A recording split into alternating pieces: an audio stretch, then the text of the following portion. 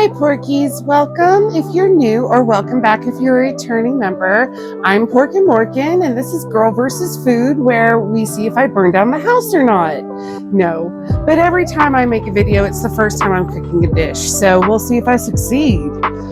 Today is tuna polenta tomato. It is in the oven right now. It actually doesn't smell bad. It sounds worse than what it's smelling right now, so I'm very hopeful.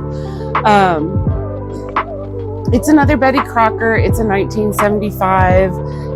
It's considered a meat stretcher, or a meatless meal. So I guess in the 70s people were very Catholic and fish was not considered a meat. I would consider it a meat, but I guess they didn't then, so we're having tuna tonight. So well, let's hope this works out good. I'll see you guys at the end and we'll have a taste test but hey, there's olives. So yeah, I'll see you guys in a minute. So this is Tuna-Tomato Polenta. It's considered a mainstay without meat. I did some research and only like 27% of Christians in America identified as Catholic, and Catholic is the only one I know that doesn't consider fish a meat, because I did double check myself and Protestants do consider fish a meat. So I'm not really sure why a lot of these, looking through these mainstays without meat, do have fish in them, or at least some sort of seafood. So I'm wondering why this was such a big thing for only 27% of Christians. I mean, like, it was like 75% of America considered themselves a Christian in 1975. But anyway, this is where we are. So I actually used polenta for this because I keep it on hand for like baking and making polenta and different things like that. So we went ahead and made it with actual polenta. I did make the polenta the way the recipe suggested, instead of mixing everything together in a pot and having it come up to a boil. I went ahead and added the boiling water. I did have to add a lot more water than what the recipe called for, because I did use a medium grain polenta instead of cornmeal. I would probably still suggest, even with the cornmeal, keeping an eye on it to add what water you need, because you are still going to have to simmer it for a few minutes to make all of the granules soft and cohesive to stick together. So even with regular cornmeal, it should take about 10 or 15 minutes. Just watch your water. You don't want it to start thickening up until the end. Do continue to stir. Polenta, congee, things like that, you want to stir continuously. Even with, like, I have stoneware here, and even with that, we're going to have stickage if you don't continuously do it. So once it's nice and thick like that, we're going to grease a dish. I did not have the size. Some of these sizes are obscure. I did not have the size the recipe called for, so I went ahead and did a 9x13. So spray grease should be enough, and then we're gonna pour it in. Give it about 2 hours uncovered and let the majority of the steam vent off before you cover it and put it in the fridge for a few hours. You're gonna get a weird skin if you just put it on there. It's gonna get real, I don't know, sticky and not a very good texture if you put everything on straight away. So give it some time and let it go ahead and get a little bit of a skin, and then cover it up, or you're just gonna have this sticky mess. So it says let it cool for about 4 to 5 hours, and then I cut it into just equal pieces. That would be my suggestion. It says 10. I would just cut it into equal pieces.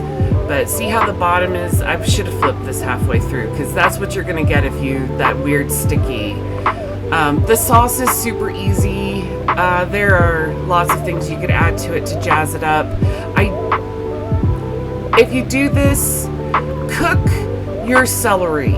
This was a very jarring contrast of all this cooked stuff and then this still raw celery.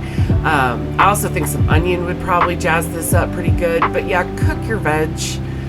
I think I should have used a better quality of tuna, but this is what my local bodega had because I live out in the middle of nowhere. It smelled really great cooking. I don't know, this just was not the fish for it. So, but this is, you're not going to cook this according to the recipe. You're just going to mix it all up. The basil, I probably would do regular Italian seasoning next time. I think that would be a better flavor profile.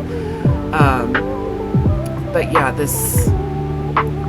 that's it. That's all you do is just throw it in a bowl and hope for the best. You can definitely tell, like, these recipes in 1975, going through this recipe box, that there definitely was a recession going on in 1975. Because they're just very stripped down of some more lavish recipes. So, but yeah, we're just going to put about half of it down on the bottom, and then we're going to put the polenta down, and then we're going to top it with the rest of this sauce mixture. But yeah, I did ask Dr. Google, and they say from 1973 to 1975 there was a recession. So it makes me very curious to go back, because I have recipes going as far back as the 30s. So it makes me wonder about, like, taking some of these recipes and looking up the year that they were either published or created, and seeing what was going on economically then to influence some of these recipes, and how that they were made and put together and thought of to be able to strip down to make them either more affordable or enjoy economic success to show off to the neighbors. Now, the recipe calls for Parmesan, but I didn't have Parmesan. I couldn't find it. So I found an Italian cheese mix, and I figured that was close enough for government work, so that's what we're using. So we're gonna put some cheese on and bake it for about 25 minutes, and then we are going to chop up the olives. I decided to chop my own olives because I like eating the olives while I'm waiting for it to get out of the oven. And the recipe said just put a few on each one. So we ate olives while it was in the oven and we were waiting for it, and it was fun. So I suggest doing a whole can of olives and just chopping your own. But after about 25-30 minutes, that's what it looks like. And then we're just gonna make little olive florets on them. You can skip the olives if you're not a fan. It doesn't seem to add or take away anything with or without them. So let's have a really good taste test and see how this worked out.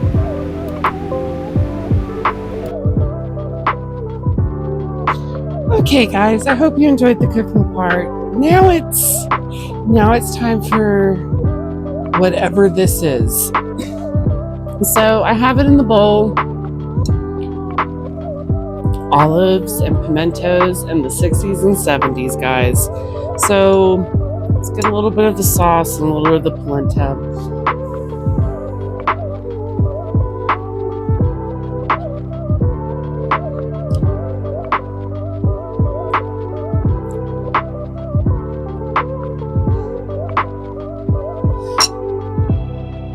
It's a dish.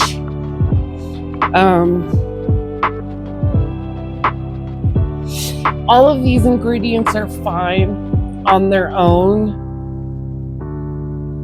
I don't know what this was trying to do, but it did not make its goal. I don't know if it was the tuna fish I used, but it is more fishy than I would like it to be. So I don't know if it's the tuna or just how this works out. So, but the polenta is good. I like the garlic in it.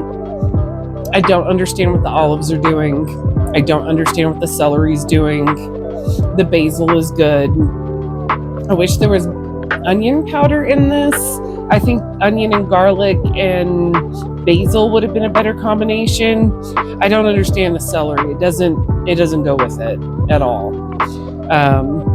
I also think this might be better with a better quality of tuna fish. I unfortunately do not have access to that because I live literally in the middle of nowhere. So I think maybe if I'd like taken the drive into town and gotten a better tuna fish than at my local bodega, because I do have a bodega nearby. I think it probably would have been better. I still don't think it would have helped. Not at all. I don't think it would have helped at all. So I am not going to make anyone else in my house eat this. I'm going to cook something else for dinner tonight.